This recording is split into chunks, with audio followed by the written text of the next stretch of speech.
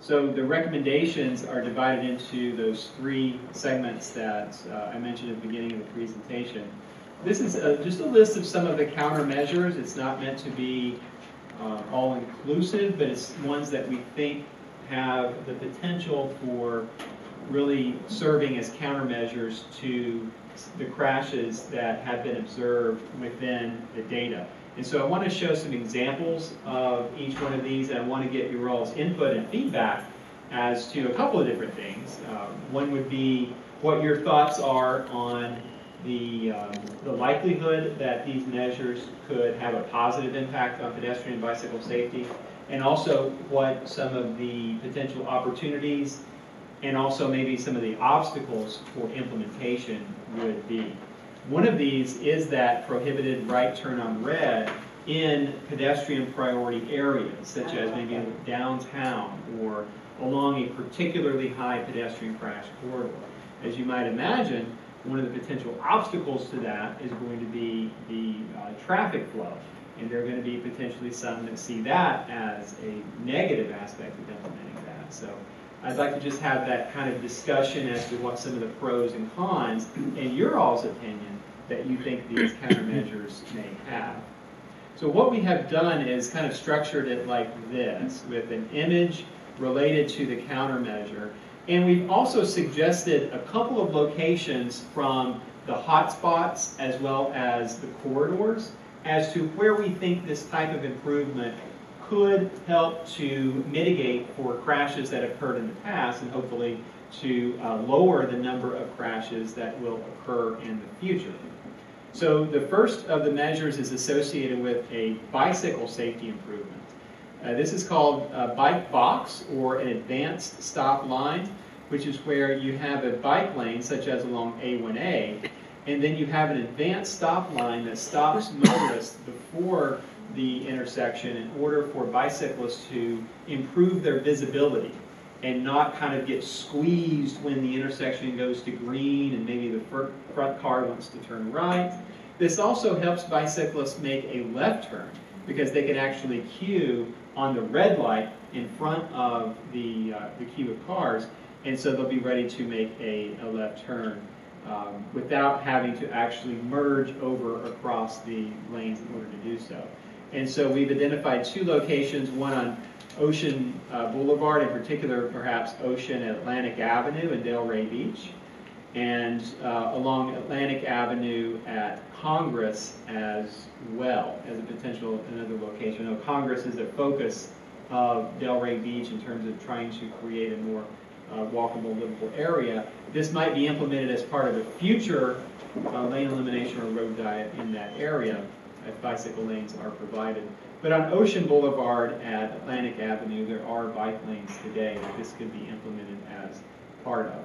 Yeah, the only thing is that southbound on Ocean, as you go into Atlantic, there is a right turn lane there, so that box might not be the best treatment because of the right turns. Actually, the bike box can accommodate a right turn lane, and it's quite common. This picture doesn't show it, but what you have is, if there's a right turn lane over here, you still have the merging zone back here where the right turn taper begins, and so motorists wanting to make a right turn would merge across the bike lane before you ever get to. If you do not have a dedicated right turn lane, then you cannot have this situation, because you cannot have a right on red under that scenario with that configuration that you have there.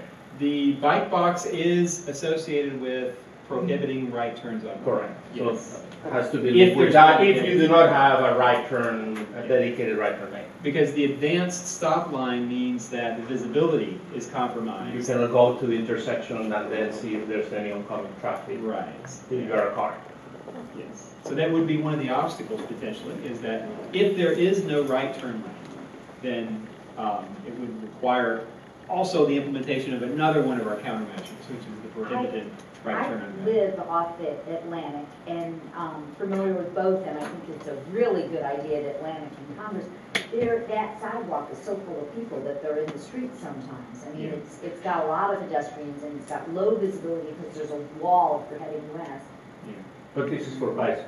I mean, this helps cyclists. It's not that much of a pedestrian measure.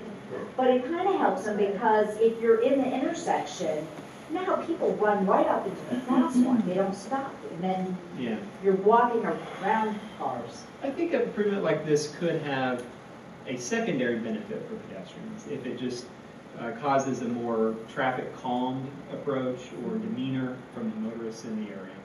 And it definitely gives visibility from the pedestrians and the motor vehicles. Another idea is associated with bus stop treatments, in particular locating bus stops close to intersections so that the pedestrians will be close to a crosswalk to be able to cross. You can see in the image here that this particular bus stop is located right up at the stop bar for the intersection. And so we've identified a few of our hotspots where there are crashes associated with mid-block crossings. And I think traditionally when bus stops were placed in years gone by, we prioritized a little more the traffic operations aspect of where the bus stop would be placed. But now, and especially with the FDOT Complete Streets Implementation Guide coming out, there's now a refocusing on maybe thinking about the pedestrian first rather than the motorist first in terms of the placement of the bus stops. And so placing them closer to the intersections, providing comfortable places for people to wait, all these things help to improve the environment for the bus passengers as well as for people as they access to and from the bus stop locations.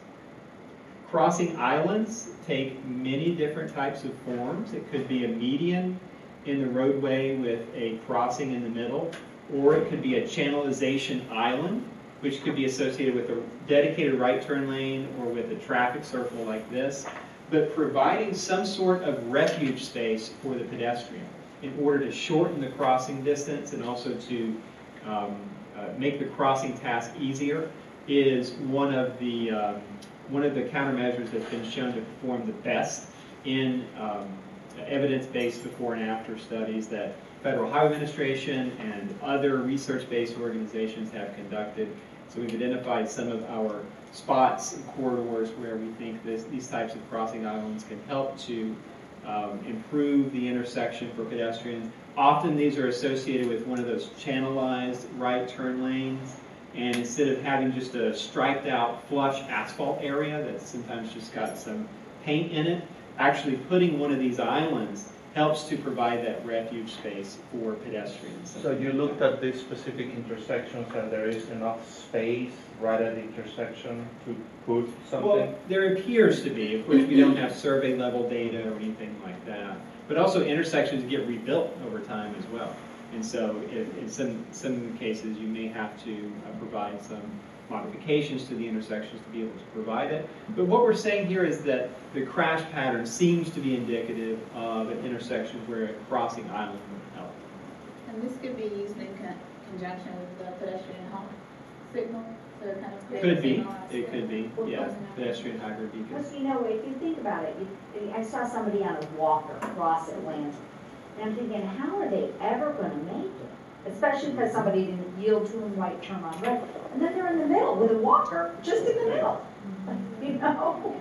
Like Yeah. halfway. And this is the type of improvement that can, if designed properly with the safety aspects like the hybrid beacon, can help to simplify the task of crossing the street, as well as providing a place for people to refuge in the middle as Well, they're making the crossing. and you think there's older people who literally just are blocked because they can't get across the 10-lane highway. So for Indian Town Road, from like Military Trail to alternate 1A, there is a forgiveness barrier in the center. Problem is the town, they have multiple trees and all that. The other problem is that people are just using, I'll be very nice, extremely poor judgment. Because they'll cross, when there's a crosswalk 10, 15, 20 feet to go right or left. They're lurking in the bushes, not on purpose, but it's nighttime, they're in dark colored attire, and they want to get over to the Burger King. Again, I'm still being very nice. And they're crossing the street, because I can't tell you how many little stickers I can have inside my car because of how many people I've almost hit in that area. and there's opportunity for them to cross safely, but they choose not to. And that's a huge, huge problem. All these intersections, I've been here a very long time, and I drive all over Canada all the time, and all the things I see, most of it is generated through poor pedestrian behavior. And some right turn on reds, and there's other driver behavior issues. But the largest majority of the pedestrians get themselves in trouble when they don't follow safety patterns. So I think that's a huge problem that needs to be fixed, but I'm not sure how to fix it. There's actually a false perception that a lot of pedestrians have that they honestly think it's safer to cross where they're doing because they're only having to cross one direction of traffic at a time. If you think about one of these big six-lane intersections, there's a lot going on. There's cars making rights on red, there's cars going through, there's maybe a left turn on permissive green.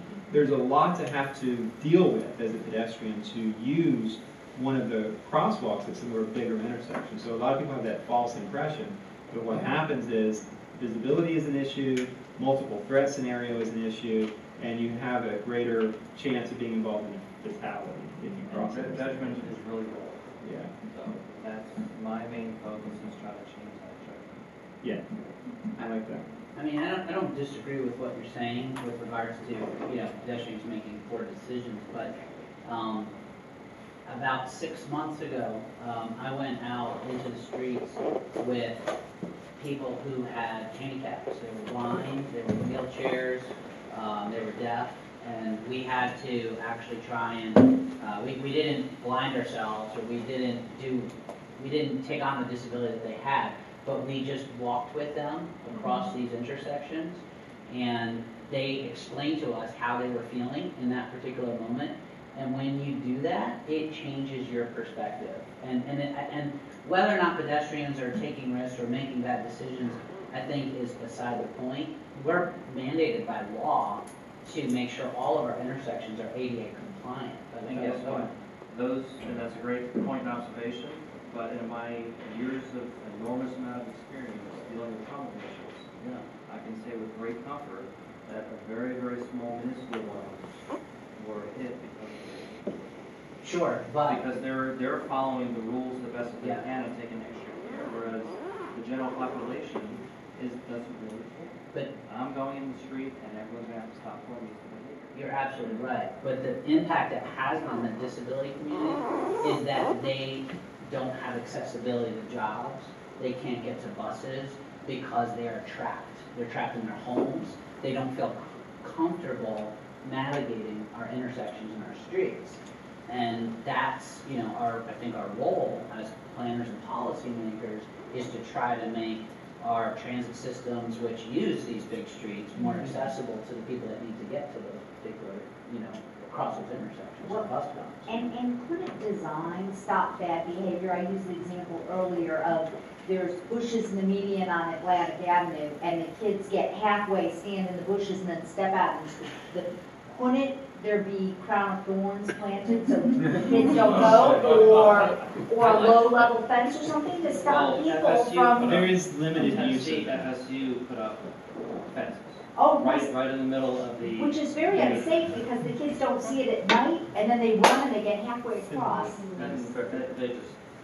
Yeah, there are a few examples of that in Orlando. Sunny Isles Beach down in Miami, A1A, has a low-level fence in the median to try to stop that.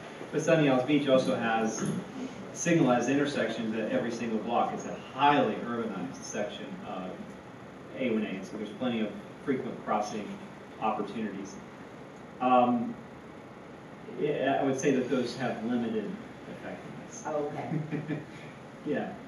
And it needs to be in the right type of opportunity. We can't put them in if we're not giving people crossings every half mile. We can't. People need to be able to cross more frequently than that. Well, why can't we use the same judgment that we're using at a downtown area in the case of the military trail? You see in downtown West Palm or any downtown that the time frame is different, or they have it's more pedestrian related. But when you do those studies and you see the data and how many people as far as the crashes, why can't we apply the same rules that we apply to the downtown area to to Military Trail in Old Trail or anywhere from the maps that you? Yeah. There are opportunities to be able to apply some of those same rules. We could implement no right turn in red. We could implement other types of signal phasing changes. We could have pedestrian crossing phases that come up on every single cycle. However, there are other aspects that we couldn't be able to implement, such as we wouldn't be able to implement much less than 180-second cycling just because of the mathematics required to get across the intersections and navigate those larger 6-lane and 6-lane intersections. So some of those decisions could be made, but because of the size of the intersections, others would not be able to be Yeah, but made. instead we are widening them. I mean, how many widening projects that we do have in DOT? I mean, it's just, I'm We just gotta be saying. able to handle 1.3 plus million people here in the county that we keep going. That's the big challenge, because the traffic has to be moving. People driving the cars have to pay attention to what they're doing, not be distracted while they're driving. They need to pay attention and they need to be following the rules that are laid down and have due care. And the pedestrians, again, I see a lot of pedestrian behavior. I see a lot of silly human tricks with drivers, but I see a lot of silly pedestrian behavior that are, can't call them ignorant to the rules because it's very simple to see what the rules should be to be safe.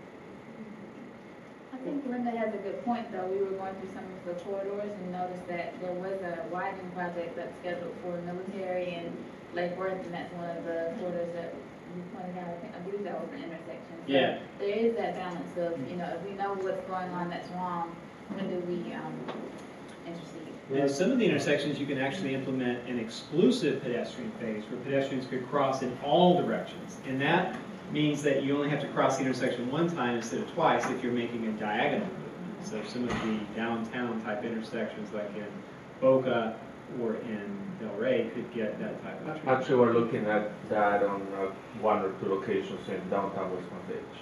Okay, that's good. Yeah, it really simplifies the movements and allows people a greater range of mobility at the intersection. Mike?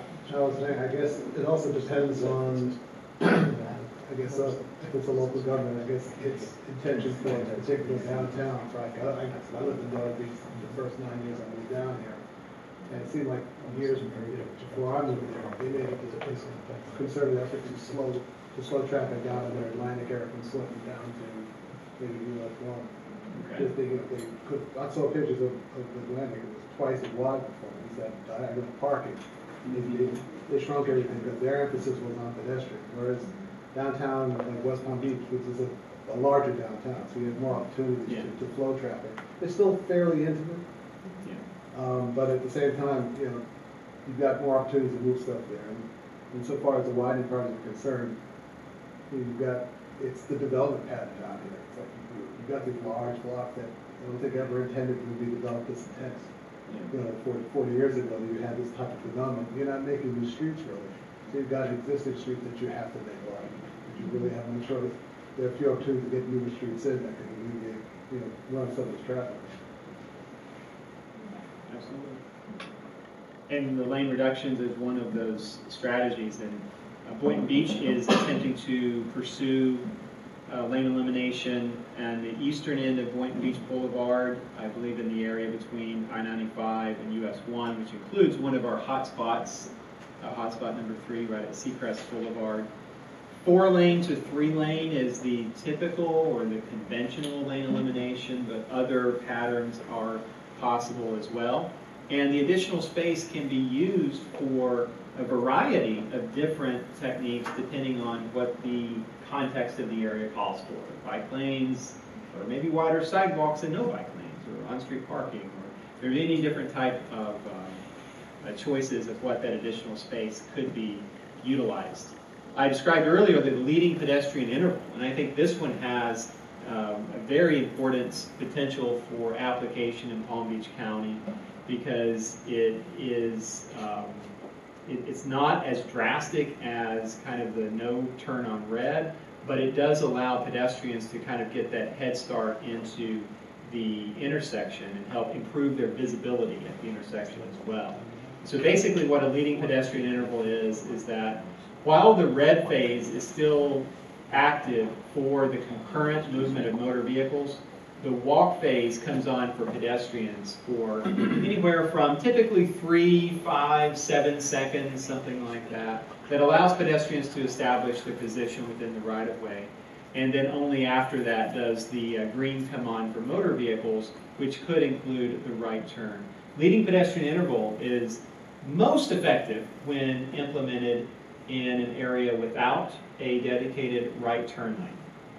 That doesn't mean that it can only be implemented there, but it's most effective if you have an intersection that does not have a dedicated right turn lane. Lighting is very important. As we saw, many of our corridors have a high incidence of nighttime crashes, and so we have identified those corridors and hotspots that have the nighttime crashes. It's important to front light the pedestrian. If you look at the location of this crosswalk, in order to truly provide pedestrian scale, pedestrian oriented lighting, the light itself needs to be between the approaching motorist and the pedestrian. So that does what's called front lighting of the pedestrian, which illuminates much more effectively. Pedestrian hybrid beacon, Fran mentioned earlier, the pedestrian hybrid beacon, which is sometimes called a hawk signal. It is a way of providing a pedestrian crossing where motorists will actually see a red light, which gives a pedestrian the protected phase to cross. However, the motorist experiences less delay than with a conventional traffic signal. And so that's why it is advantageous as a new form of mid-block pedestrian signals, because it has greater compliance with both by pedestrians as well as by motorists. It was tested extensively during the last decade and now is actually part of the Federal Manual on Uniform Traffic Control Devices, or MUTCD. And so that location in Belle Glade along Dr. Martin Luther King Jr. Boulevard at 6th Street would be a good location for this, because it was that unprotected crosswalk at an unsignalized intersection, yet it's probably too close to have a conventional traffic signal beside the 5th Street signalized intersection. And then other traffic calming techniques such as portable speed trailers that can be taken around to different spots to provide a sort of sense of enforcement. These oftentimes are more effective than the static ones because they move around to different areas, and motorists kind of get the sense that there's a increased enforcement perspective in that area, and so they tend to slow down. Prohibited right turn on red, this is one that does have certainly traffic engineering and capacity flow impacts, but in areas where you have the need to focus on pedestrian mobility, or in areas that maybe you have just a very high incidence of pedestrian crashes, there's the possibility of implementing no turn on red, either at one intersection or at multiple intersections along a corridor. And I think Lake Worth Road, as well as US 1 corridor from Okeechobee to 45th Street, which is the same one we looked at earlier, Alex, as part of that road diet. So the no turn on red sign, they also have LED signs that go on the mast arm.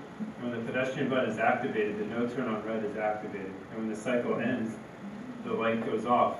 So then turn on red will be prohibited until the pedestrian button is pushed again. I've seen that by the beach down in Fort Lauderdale. That's it a was great enforced too. There was a cop waiting on the corner, and when no turn red came on, people were turning, he was pulling them right over. So you could have some enforcement there as well to get people maybe used to this. No, I think that's a great idea. By my son's elementary school, the kids would all be crossing, and the people would be making, the parents would be making rights into the kids. It was like, what? Valerie? I think that's a good recommendation. We went and did a site visit, just kind of observing what was going on in Okeechobee and Tower Hill. Folks were just not even stopping to look. They were just flying through right, like heading east on Okeechobee on the Tower Hill, just flying right. And pedestrians were, we almost saw people get hit. Like they have the sign to cross with pedestrian signal, so people always, so a sign that says no turn or something when it's activated, it would really help. Yeah, that would probably increase the visibility too. Maybe some of these signs are on the side of the road, the drivers aren't really looking there, but they see a stoplight overhead and then the LED lights are on. Yeah, especially with an enforcement, all you have to do is enforce things for several weeks and people get it. Sometimes also even the turning radius may You can certain tighten the roads, turning you can make it tighter so that people are not able to do that quick turn there. It's a good idea. Another traffic calming type technique is a raised pedestrian crossing in locations where there's a need to provide additional emphasis for mid-block type crossings, such as the one we talked about in Belle Glade. You can actually raise the crossing up to the level of the sidewalk, which not only helps the pedestrian community, but also provides a little bit of traffic calming, and there are pavement markings that can delineate that. It's sort of like a speed table traffic calming device at signalized intersections within the county. Most of them do not have any type of refuge or landing in the median itself. It's just one long crossing that can be 100 feet or more in length. But it's been shown to be a best practice to have these little median noses extend through the crosswalk in order to give people a refuge point and also to calm traffic at the intersection. They can't take the corner as fast as they otherwise could. And so enhancements to the median noses of these crosswalks can provide a benefit as well. And we've also looked at educational strategies that are targeted to certain high-risk populations. And this slide presents the list of educational strategies that we have developed. And so we wanted to kind of get your input on that as well. One thing related to adult cycling skills classes, and we've identified some of the areas of the county where there is a higher incidence of bicycle crashes, and so we may want to target these areas of the county first in terms of the implementation of these techniques. And the League of American Bicyclists, the Florida Bicycle Association as well, has a lot of information on their website about conducting the adult cycling skills class. I know, Fran, you saw this implemented very effectively in some of your prior work as well. Yes, definitely. We had a bicycle safety class in Birmingham, and I think it really helps with the bicycle to bike crashes, especially because then you can really learn how to ride as a group and how to communicate so that you won't have a potential pileup. And I think that was some of the instances that we saw on Ocean Drive and one of the corridors that was I would suggest also adding Lake Worth Okay. to that list, I think. I mean, again, portions of Lake Worth corridor I realize are Green Acres or Military Palm Springs and so on, but I think Lake Worth has a huge usage cycling. Driver and pedestrian education can be conducted through signage, street banners, or pamphlets that can be distributed in this particular area, and again targeted to particular populations as well. The idea of visible enforcement, which basically visible enforcement is a term that's coming out of the law enforcement community where for a particular period of time, police officers will focus enforcement on a certain type of violation, either not yielding to pedestrians in a crosswalk or encouraging pedestrians to not cross mid-block but to cross at crosswalks. And it's typically done by actually promoting that you're going to be doing this through radio ads, through other types of social media blasts and things like that, even signs along the roadway in advance. This is from a program in Orlando, these images are, called Best Foot Forward, where the law enforcement community publicized in advance that they were going to be doing this, and then went out and actually conducted this visible enforcement along crosswalks, unsignalized crosswalks on a four-lane roadway. They even got the media involved in Orlando. The media actually came out and filmed the officers as they were conducting this enforcement, and even interviewed some of the motorists that were pulled over and given a warning for not yielding to a pedestrian or not stopping on red before they made the right turn. Many motorists were just sort of blowing through that right turn, as we heard earlier.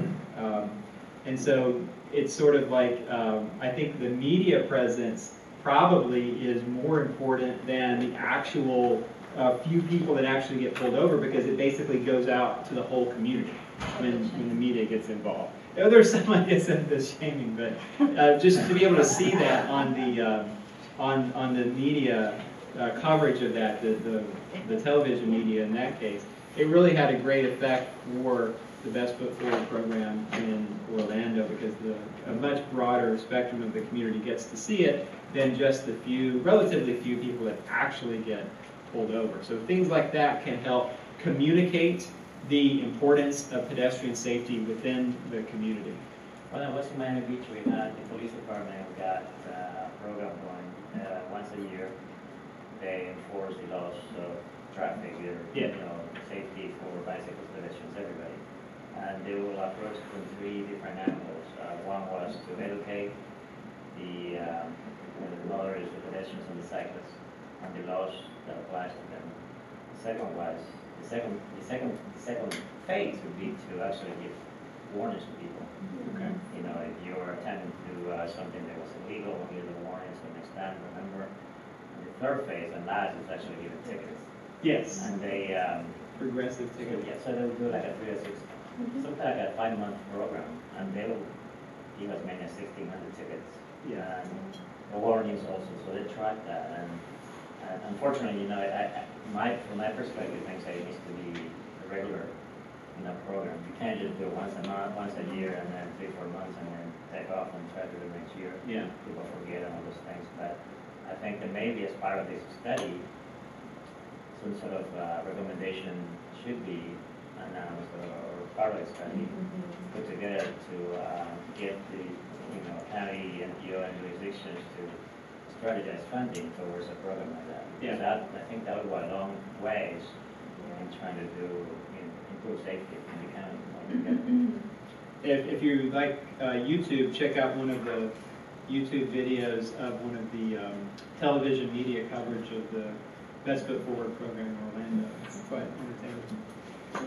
Open streets events are just ways of encouraging people to think about walking and bicycling in a different way, as well as exposing a wider percentage of the community to these types of events, and just fun street festivals for the community to participate in, and can also be associated sometimes with pop-up projects like the pop-up bike lane that you see here, that can provide people a taste of what could be done within their community in terms of implementing higher level bicycle or walking facilities. We've identified a few areas where a Spanish language outreach program or pedestrian safety campaign in Spanish language would be effective based on the demographic data that we studied earlier within the study, and overlaying that demographic information with areas of high pedestrian crashes. And a school education campaign as well. I know this is something that has been done to great effect in Miami-Dade County with both the Walk Safe and the Bike Safe programs and other areas of the state as well. But it started in Miami-Dade, and Katrina is our representative of this particular program. But they have been able to demonstrate amazing effectiveness in the evidence-based follow-ups in the reduction in juvenile pedestrian hit by car crashes or trauma center admittances since about 2000, when this program first was admitted. An amazing reduction in juvenile pedestrian hit by car crashes that far outpaces the rest of the population curve as a whole. And so this education component can be just as or more important than anything that's done with the street, and trying to get people to understand how to walk and bike safely. Progressive ticketing, Javier has already explained quite eloquently what that is for us. It's a staged approach that gives people a chance to be educated first. And the law enforcement officers will tell you that education, basically, that is kind of their primary focus, and that helps to improve enforcement in the long run. The city of Delray Beach did that last year, the progressive tickets. They had issued like 1,000 citations like that. And then we've all heard the anecdotal stories of the officer that didn't realize the pedestrian laws and things like that, or that bicyclists had a certain right that they had on the roadway. And there's a lot of information out there, PSAs, also just training videos and training programs from a variety of different sources, America Walks, the Florida Bicycle Association, when it comes to officer training. There's some formal programs as well. And so in areas where there's a high volume of pedestrians and cyclists and a high incidence of crashes, that's something that can be become part of the law enforcement training, is this officer training related to pedestrian and bicycle safety. And then finally, the another outcome of this study is to try to develop targets related to the reduction in injuries and fatalities for pedestrians and bicyclists. And so we've put together this table as a draft, as a starting point, as to what the current value of injuries, fatalities are. And these are annual numbers from the study. Are those the 2014 or the average? 2014. So what we're seeing there in current value is the 2014 annual number of injuries and fatalities. And the LPO, as part of its Complete Streets policy, had a Vision Zero statement within the policy. And so ultimately we do want to, of course, have a policy that even one fatality is too many. We don't want to have any type of fatalities. We don't want to be planning for fatalities, but we want to be setting measurable targets that we can measure the implementation over time of these facilities. And of course, it will take a while for infrastructure improvements to go through the funding process. It will take a while for educational strategies to take an effect within the community. And so we've established targets for injury and fatality reductions for a 10-year look, and also the 2040 target, which is consistent with the long-range transportation plan's horizon year. Stuart, I think the 2015 numbers are out now, right? Like usually in July they come out? Yes, I think they are, So yeah. maybe we could update that for current value. Yes, we could potentially do that, although the study is looking at 2010 through 14, because that was the most current year of full data at the time that the study began. So it was pulling that from the 2014 data within the study. But we could I just think for update that. these numbers are just for that year of 2014, so maybe if we show this table. And I think that, and we didn't do this in the Complete Streets policy, but I think that maybe it would be good to show or say the percentage, like we would like to reduce by a certain, because looking at hard numbers, it's kind of, you can do the math and be like, we want to cut it by half each time, but maybe just like having a percentage to go along with that raw number of 17 deaths, versus. Yeah. Any other thoughts on the targets and performance measures? Just going back just quickly to the vision, I thought that in the end, and I was part of some of those discussions a while back, we agreed that the vision should be 0 fatalities, but we all agreed that it was unrealistic to have a 0 injury vision, kind of this utopian situation that not even in Copenhagen or Stockholm they have. So I still see the zeros, which may lead people to think that the ultimate vision is to, wow, it would be great. I mean, it's so, well, kind of unrealistic against for injuries. Fatalities, yes, Yeah. I understand, but so just, obviously you don't want to put a number, but at the same time it could be a little misleading. It would stand out if we were to have a non-zero number. I think idealistically, everybody's vision is let's have no fatalities, let's have no injuries. So I think for a vision, I think that's the ultimate goal. Okay. Again, not even Copenhagen or Stockholm, which have some of the best You're right. accidents, have that. It's not But even. they still have It's a not even vision. part of their goal. Their goal is 0 fatalities. Their vision is 0 fatalities, not 0 injuries. Even though. Well, injuries allow us to track a data point in addition to fatalities, especially with bicyclists, you kind of want to track the injuries as well. Fortunately, you know, the number of bicycle fatalities is tends to be in the single digits, and so if you have a year where there's 5 and another year that there's 2, have you really made, you know, 250% improvement, or is that just randomness within the data? So injuries allow you to track a number where you are confident that there's a lot less randomness within the data. So I think it's important to continue to track the injury data as well. I think in some ways you want to tie this up to the bicycle pedestrian master plans or some sort of a comprehensive plan or something that gets approved by a political body. Otherwise, you know, often we get the argument between the technicians, the technical people, and the political bodies. You know, you need this. They say, no, you don't. We don't only have certain money to do certain things. Yeah. So I think that having, like Valerie says, having a percentage tied up to that, incrementally you're going to be reducing by 5% in 5 years, 10%, 10 years, and so on. But at the same time, make it perhaps a requirement for each jurisdiction as they do their bicycle master plan to have those figures, you know, included as part of the plan. So in that way, it also gets all tied together. Otherwise, you know, you're going to have this document that's going to be all by itself sitting here, and nothing will be talking about it. Yeah, you're talking about tying it somehow to implementation. Right. That's going to be the key to get to Vision Zero. Yeah, and hopefully it can be used as a resource for practitioners that are working in these certain areas. If we have identified a high crash corridor and it's evidence-based, such as the City of West Palm Beach project along Broadway, this is now another data point that could be used to support safe streets improvements along Broadway.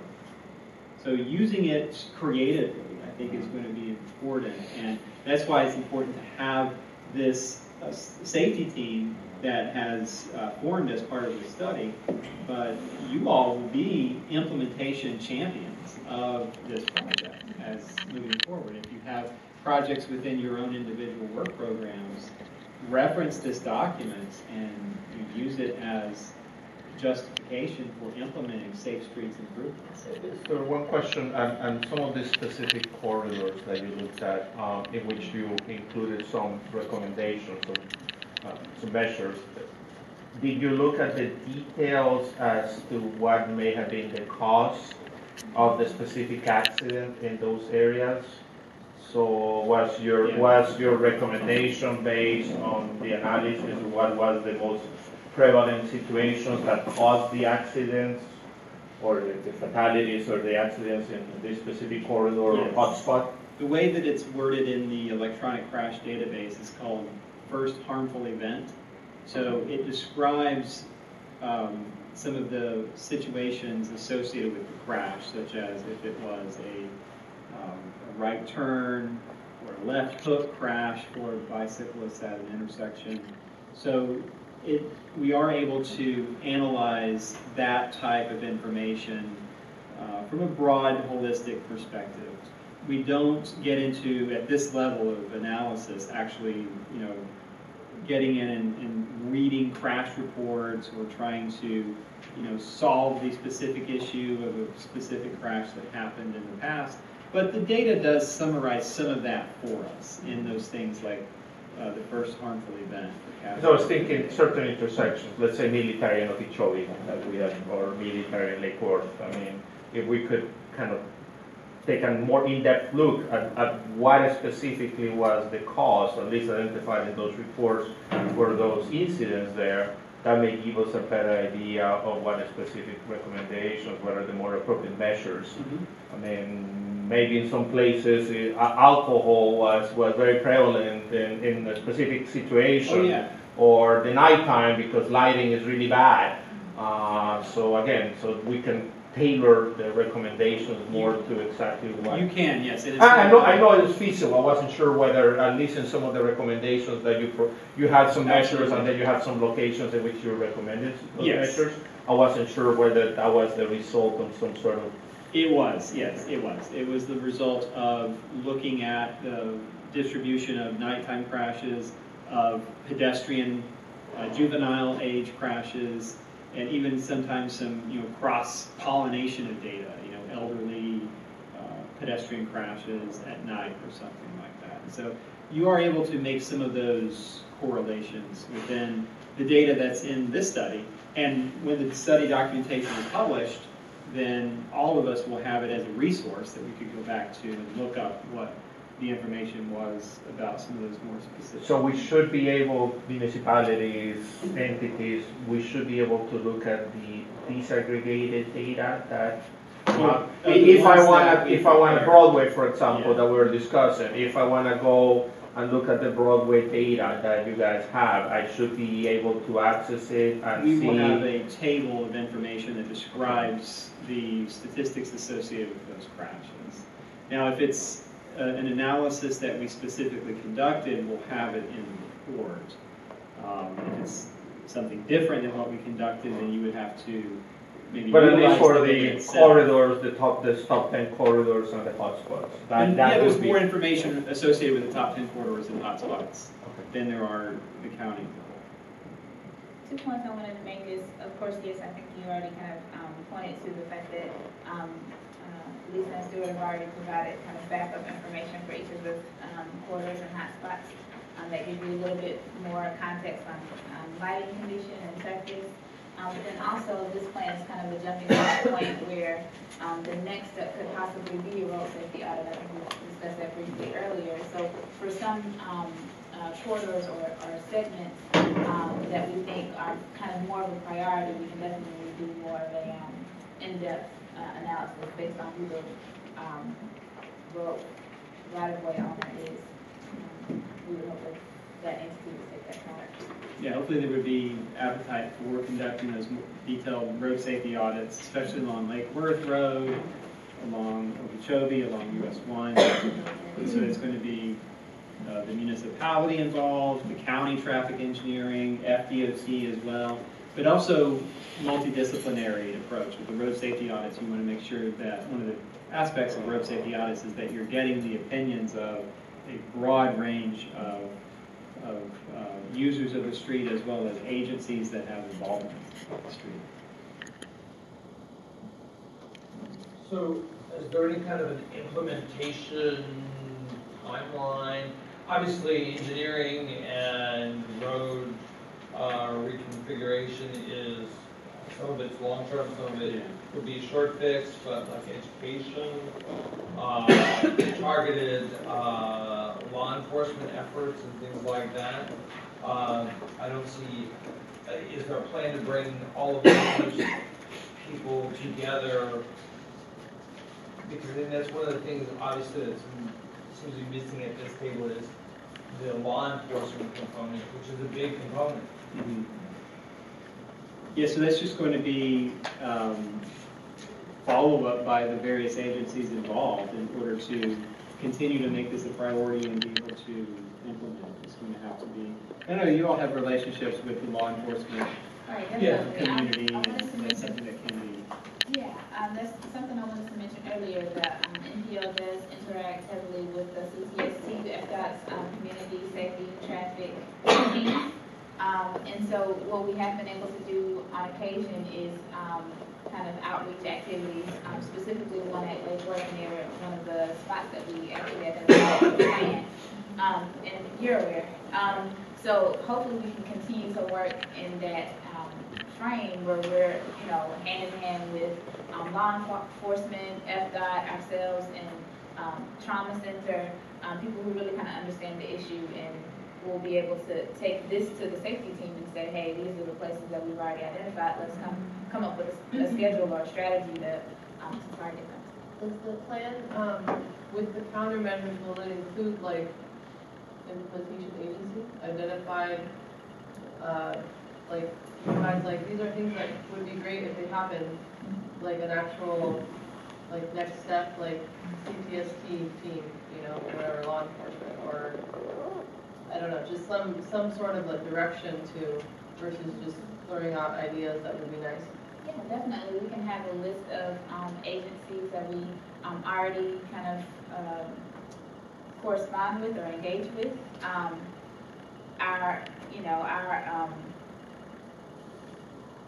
wheelhouse is a little limited, you know, we don't kind of establish any policy.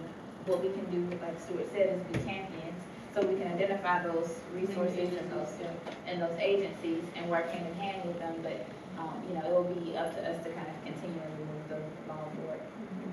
Well, now that you've identified the top 10 for corridors and intersections, so we can break it down to who has jurisdictions and law enforcement for each of those areas, and then between Bob and I, we can assist on getting direct contacts with that each agency, so they know from data, and they have an idea, but they don't, you know, they have a lot of other issues they're entertaining, but from this group, this is the target. This is your issue, you know, City of Delray Beach or West Palm Police. This is your issue. This is your concentration. This is the recommendations, and here's your data.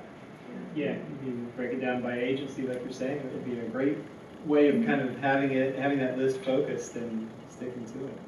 You know, offering to help roll that part out on making the contacts to get the right person at that agency, so you might have a line. And I think that, yeah, at least identifying what lead agencies would, or who would be like kind of next step for that countermeasure, because we may not own a road or anything, but we may be able to help go present the data to the city commission, or to someone who can fund that campaign, or bring it to the CPST if that's the right agency to like disperse, follow up with the next steps. You know? Or with funding procedures like a grant or something that comes out that can be used for the implementation of these projects. Can I ask a question of the group?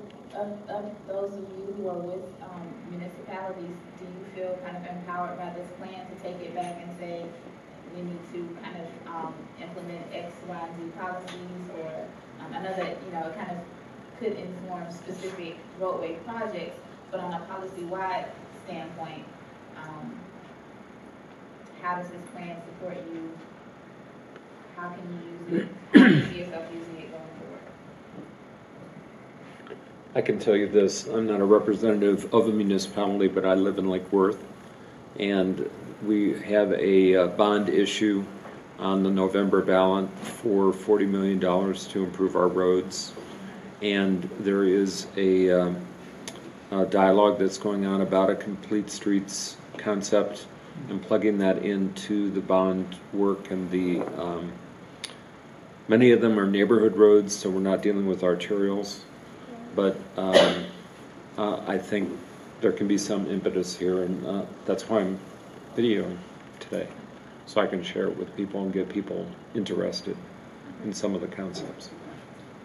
And there's a concept called complete networks that is sort of a spin-off of complete streets that looks at identifying some of the lower volume, lower speed streets to implement bicycling and walking facilities in a more low-stress environment, and actually sign those so people can understand that they can walk around or bike around in a community. And like Lake Worth, you're one of the few communities in Palm Beach County that does have, at least in the eastern portion, a grid street network where this type of complete networks concept could be implemented. So I like that. Just to answer your question, I think it would be useful just sticking with the array. And it's still pretty new in that one, but I think there is enough interest from the city standpoint to improve safety for pets and bikes. We're now in the process of hiring a bike corridor, which is the first position ever that the city had. My position is pretty new there too. We're also sending RFP on the streets to start the bike share program. So with that, it's going to increase addressing safety for bicyclists. So it's going to be a natural for the Ray to jump into this mission. We're also going to be doing the bicycle as a master plan, which is better enough for the city. So I think it all ties together with the regional vision, which is really good. So I'm excited about it. So make sure you get those bike boxes that were mentioned for Delray into your master Make plan. it come back and photograph. I think to the point from Lake Worth and from Delray, just going around and hearing about other places around the country and how they're doing, how they're passing referendums and how they're getting money to implement complete streets projects. This data, their number one thing that they say that their tool to make the case is the data. Like, we need these safety improvements because look at what's happening, or what's happened. So this is a great tool to launching off point to make a case.